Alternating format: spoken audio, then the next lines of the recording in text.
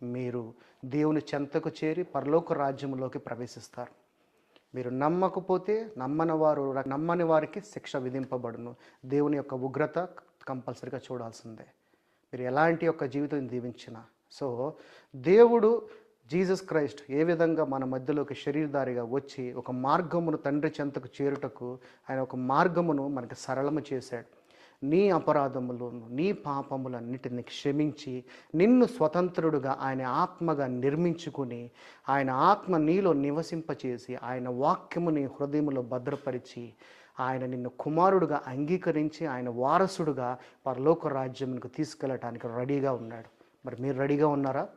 So మీరే మీ విషయంలో check చేసుకోండి. దేవుని యందు ఎలాగ యథార్థంగా జీవిస్తున్నారు, ప్రభువుని ఎలాగ మీరు అంగీకరిస్తున్నారు అని మీరు చెక్ చేసుకోండి.